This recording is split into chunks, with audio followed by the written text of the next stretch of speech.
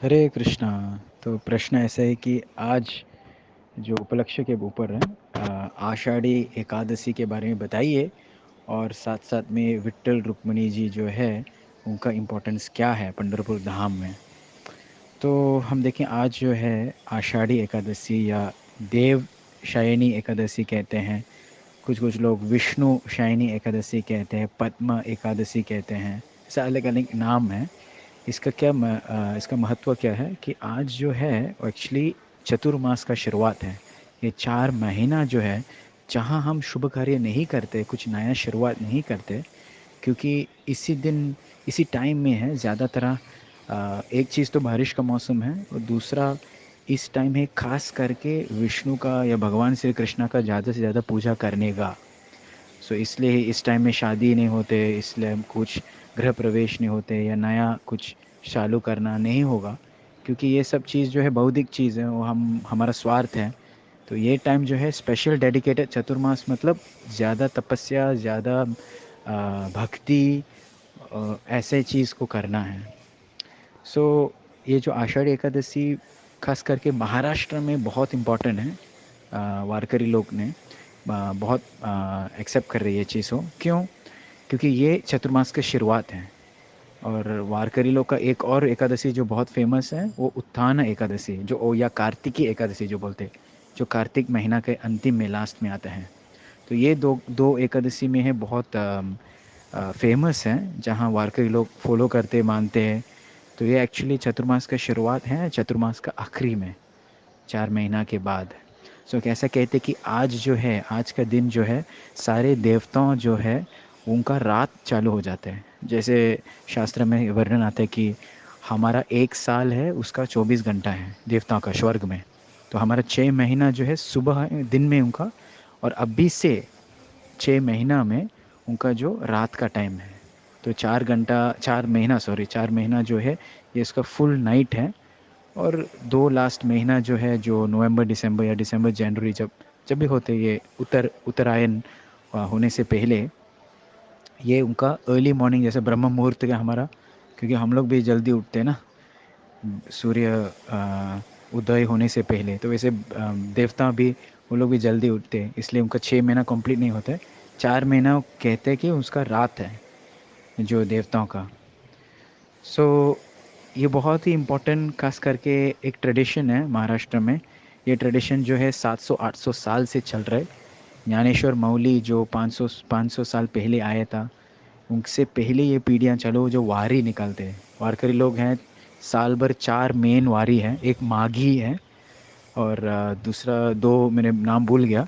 लेकिन ये चौथा जो है वारी जो सबसे इम्पोर्टेंट है, ये जो आषाढ़ी का वारी है, जहाँ अलग अलग डिंडी निकलते। डिंडी मतलब जैसे हम लोग हरिनाम संकीर्तन निकलते, उनको जैसा चल चल के अलग अलग दिशा से आते हैं। तो जो जो संत महाराष्ट्र का मेन संत है, जैसे तुकाराम महाराज, तो उनका जो डिंडी है वो डेहू ग्राम से निकलते। और ज्ञानेश्वर माउली जो है वो आलंडी से निकलते हैं। और वैसे अपना संत एकनाथ जो है वो पैठन, जो संभाजी नगर, उधर से निकालते हैं। और संत निवृत्ति जो है वो त्र्यंबक से, उनका से वारी निकालते हैं। अ, उत्तर उत्तर भारत भी संत कबीर का भी वारी निकलते हैं। तो सभी संत लोग हैं धाम में आने का, क्योंकि ये आषाढ़ी का शुरुआत का टाइम, मतलब चतुर्मास का शुरुआत जो है, यही टाइम सभी संत लोग में धाम में आएंगे। धाम में आएंगे, क्या करते? 4 महीना धाम का वास करेंगे, धाम में उसका निवास करेंगे। ज़्यादा भक्ति करने का, कीर्तन करने का, भजन करने का, भागवतम पठन करने का, गीता का पठन करने का। सो सभी संत लोग जो है इससे पहले सब बराबर वारी निकालते, डिंडी निकालते, वो बराबर ये आषाढ़ी एकादशी का दिन सब लोग धाम में पहुंचेंगे, और ज़्यादातर 4 महीना में धाम में ही रहेंगे। और फिर बाद में कार्तिकी एकादशी के बाद या देव उठान एकादशी के बाद वो लोग सब वापस अपने अपने गांव या घर में लौट आएंगे।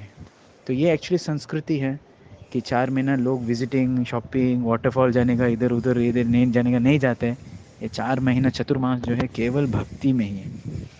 सो ऐसे ट्रेडिशन चाह रहे। और विठल रुक्मिणी का मेन है, क्योंकि पंढरपुर धाम जो है श्री कृष्ण भगवान है। खास करके ये जो विठल बहुत लंबा कहानी है कि विट्ठल कैसे आए हैं और रुक्मिणी माता को ढूंढने के लिए। रुक्मिणी माता जो है कौंडिन्यपुर, जो विदर्भ में, इसके लिए उसका नाम भी वाइदर भी है। तो ऐसा द्वारका में हुआ था कुछ घटना, और रुक्मिणी आया था उनका माहेर में, मायका में वापस आया था। वो भगवान आए थे उधर ढूंढने के लिए, लेकिन विदर्भ में या कौंडिन्यपुर में नहीं गए। उन्होंने मोड़ के और ये पंढरपुर में आया। तो रुक्मिणी माता ने पूछा आप क्यों आया? तो बोला क्योंकि मेरा भक्त है। भक्त कौन है? पुंडलीक। तो पुंडलीक बेटी परब्रह्मण आले, वो पुंडलिक जो है, भक्त पुंडलिक को मिलने के लिए भगवान उसको खुद का सुपत्नी छोड़ के आया। तो भगवान वाइफ से ही ज़्यादा इंपॉर्टेंट भक्त है।